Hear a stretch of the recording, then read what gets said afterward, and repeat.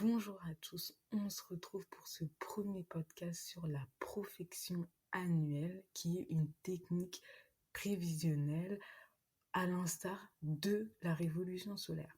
Donc je suis sûre que tu n'as jamais entendu parler de la profection annuelle parce que c'est vrai que c'est pas un sujet qui est très très connu en astrologie, qui est développé dans les bouquins, sur les sites internet.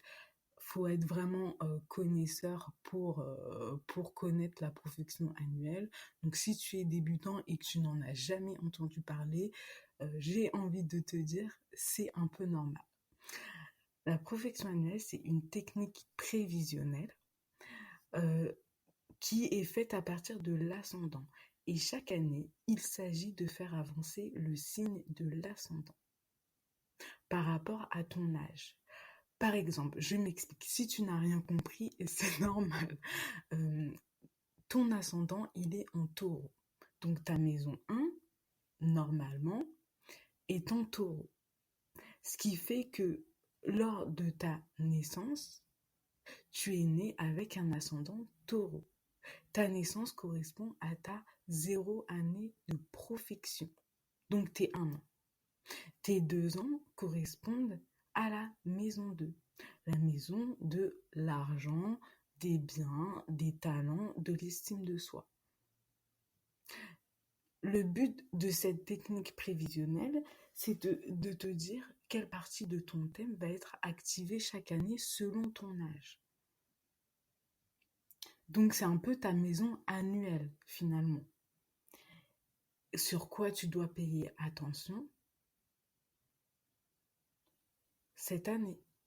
Nous allons voir par exemple ce podcast ce que cela signifie lorsqu'une maison est impactée, par exemple maison 1, maison 2, maison 3, on fera les 12 maisons. Tu as 23 ans. Cela signifie que ta maison annuelle sera la maison 12.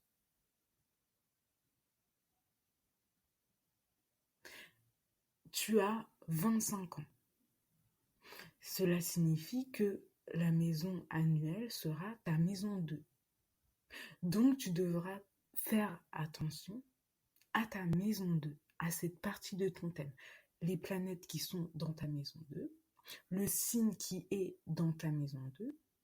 Donc si il est par exemple en Gémeaux, donc il faudra prendre en compte que ta maison 2 est en Gémeaux. Les planètes et le maître de la maison 2. Donc le maître du Gémeaux, c'est Mercure. Il faudra que tu ailles regarder dans ton thème astral où se trouve Mercure. Le but de la profection annuelle et des techniques prévisionnelles en général, c'est d'anticiper ton année. Anticiper, c'est prévoir, prévoir, c'est agir. Et tu sais que l'avenir appartient à ceux qui savent anticiper. Donc si tu sais que tu as 25 ans et que c'est ta maison 2 qui va être impactée cette année, tu sais qu'il faudra que tu fasses gaffe autour de toi par rapport aux sujets qui sont en lien avec ta maison 2. Donc la maison 2 qui est comment je vais gagner de l'argent, qui est liée à comment bâtir une solide estime de soi, qui est liée à la valeur que je porte au bien et donc forcément à la valeur que je me porte, qui est liée au talent, comment je gagne de l'argent. Donc tout ça, il faudra que tu le prennes en compte. Donc ça te permettra dès qu'il y a des opportunités par rapport à ce secteur, d'y réfléchir, voire de les saisir. Donc, à contrario, si tu as des difficultés par rapport à ce domaine-là, il faudra faire un travail sur soi. Donc, par rapport au mindset que tu as vis-à-vis de l'argent, parce qu'on a une relation plutôt saine ou malsaine par rapport à l'argent. La plupart des gens ont une relation malsaine parce qu'ils ont peur de manquer. Mais il faudra que tu fasses dans ce monde incertain, ça peut être important parce que c'est vrai que on peut se retrouver facilement en burn-out, en dépression, on peut voilà, être épuisé mentalement et c'est normal, vous n'avez pas à vous en vouloir. Mais je trouve que la prospection annuelle, ça permet voilà, de se dire, ok, j'ai des opportunités, j'ai pas, cette année, je vais pas que faire face à des échecs. Mais il faut que vous vous donniez les moyens d'aller saisir ces opportunités. Et comment on saisit ces opportunités? En travaillant sur ce qui ne va pas par rapport à notre maison annuelle. Donc si vous avez un problème de mindset par rapport à l'argent, c'est quelque chose sur lequel il faudra réfléchir. C'est important. Donc vous n'avez pas besoin d'être parfait, mais rien que de se remettre en question, de se poser les bonnes questions, de tester de nouvelles choses, d'expérimenter de nouvelles choses. Par exemple, si vous avez peur d'investir sur vous, parce que vous ne croyez pas en vous, du coup, là, vous vous dites non, ça suffit. Ça fait des mois que j'ai envie de prendre ce programme, cette formation, peu importe. Là, j'ose investir sur moi. Ça passe comme ça. Ça se passe comme ça. Donc maintenant, on va voir les questions que vous pouvez vous poser selon la maison impactée. Donc, je vais procéder par ordre. La maison 1. Comment puis-je m'affirmer personnellement, mieux me sentir dans mon corps physique et redonner une nouvelle direction à ma vie?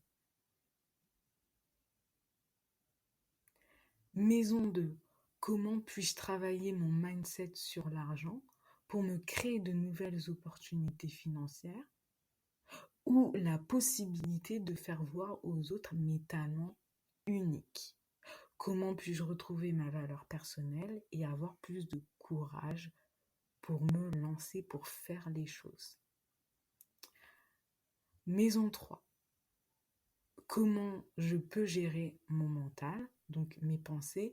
Par exemple, si j'ai tendance à être trop distraite, si j'ai tendance à oublier beaucoup de choses, si je me sens submergée par les informations qui me surviennent, allez voir tout ça. Donc ça peut être que tu es trop sur Instagram, que tu es trop sur YouTube, sur Facebook, du coup tu te perds un peu dans tout ce flot d'informations. Si tu as tendance à comment dire, à acquérir des informations qui restent superficielles, par exemple, tu sais tout mais tu n'es experte en rien, ça peut être pas mal d'aller voir de ce côté-là et de voir comment tu peux essayer d'éviter d'aller tout le temps dans une certaine boulimie d'informations, de tout le temps écouter ce que les gens te disent et d'avoir une certaine capacité de discernement. Et à travers ça, tu pourras transmettre tes connaissances, mais des connaissances qui ne seront plus superficielles, des connaissances qui seront vraiment profondes. En maison 3, c'est vraiment, j'ai des connaissances, mais par rapport à ces connaissances, je peux en parler que 5 minutes parce que finalement, je n'ai pas assez travaillé dans ce domaine-là. Je ne me suis pas assez informée. En maison 9, à contrario, c'est je suis experte en une seule chose. Je peux parler d'un sujet pendant 3 heures, mais je n'ai pas non plus une multitude d'informations qui se perdent dans mon cerveau. Je sais gérer mes croyances, je sais gérer mon mental. Donc pour ceux qui avaient du mal à comprendre la différence. En maison 4, c'est comment puis-je me libérer de mes blessures émotionnelles liées à mon passé, liées à mon enfance, liées à ma famille, donc ça peut être des blessures transgénérationnelles pour ceux qui y croient, qui m'empêchent d'accéder à une certaine conscience de moi-même, de mes émotions, et de ne plus agir par rapport à mon passé, de ne plus me faire conditionner par rapport à mon passé. En maison 5, comment puis-je retrouver mon expression personnelle, ne plus me sentir limitée dans ma confiance en moi-même et inspirer les autres à mon tour. Donc là, on est vraiment sur comment je dois retrouver ma confiance en moi pour aller chercher ce que je veux. Quels sont les plaisirs qui me disent que la vie vaut vraiment la peine d'être vécue et comment je peux installer ces plaisirs dans ma vie. Donc, ça peut être lié à toute forme de plaisir. Ça peut être le plaisir sexuel, ça peut être le plaisir de faire une nouvelle activité extra-travail, ça peut être le plaisir d'aller en vacances, par exemple, de se reposer, d'aller se faire masser. Donc ça dépendra du signe de ta maison 5, des planètes qui sont dedans et du maître. Maison 6, comment puis-je améliorer ma routine quotidienne, mes habitudes pour améliorer mes performances. Donc, comme je le dis souvent, petite habitude, grande réussite. Ce sont les actions qu'on fait au quotidien qui vont nous emmener vers le chemin de la réussite. Parce que plus tu fais des actions qui correspondent à ton rêve, qui correspondent à ta grande vision, et plus tu t'en rapproches. Donc là, avec la maison 6, il s'agit de vraiment aller voir, ok, quelle est ma routine, quelles sont mes habitudes, qu'est-ce qui me convient, qu'est-ce qui ne me convient plus, qu'est-ce qui m'empêche d'accéder à cette grande vision, qui m'empêche de me développer personnellement, qui m'empêche de performer dans mon travail. En maison 7, c'est comment puis-je améliorer le potentiel de mes relations afin qu'elles deviennent plus harmonieuses. Comment puis-je réussir à conclure ce contrat de travail? Comment puis-je réussir à convaincre cette personne de s'associer avec moi? Donc là, il faut vraiment que tu ailles voir si tu es entrepreneur ou que tu es consultant qui t'oblige, par exemple, à chaque fois poser des contrats de travail avec autrui. Si tu es en relation amoureuse et que tu aimerais l'améliorer, tu trouves qu'il y a des couacs, que vous vous disputez souvent, c'est le moment. Tu auras de belles opportunités pour l'améliorer. Et ça passe par les relations amoureuses, mais aussi par les relations amicales. Maison 8. Comment puis-je travailler sur mes traumatismes afin que mon passé ne me conditionne plus?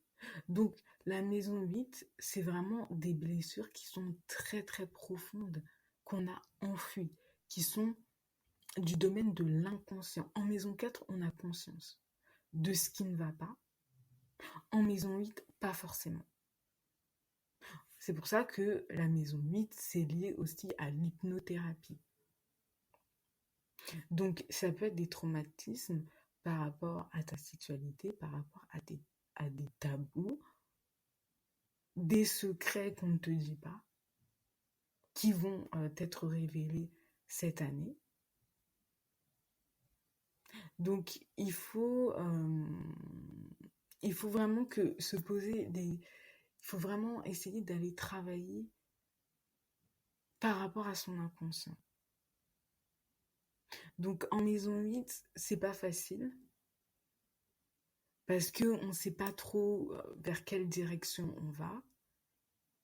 On ne sait pas trop ce qui bloque, parce que parfois c'est des choses qui sont cachées et qui doivent juste remonter à la surface. Donc s'il y a des choses qui remontent à la surface, il ne faut surtout pas les ignorer. Il faut réussir à reprendre son pouvoir personnel en main. Ça peut être aussi comment me reconnecter à une sexualité plus sacrée et à être plus en phase avec mon corps pendant l'acte. En maison 9, c'est quel est mon système de pensée, comment je peux élargir mes points de vue sur la société en général, le monde, la religion, la philosophie, la spiritualité, et accéder à une certaine vérité de ce monde dans lequel je vis. Comment puis-je apprendre à mieux me connaître et redonner un sens à mon existence? Donc là, il y aura vraiment partir à la conquête de sa vie. Redonner un sens à mon existence. Qu'est-ce qui fait que j'ai envie de me lever le matin?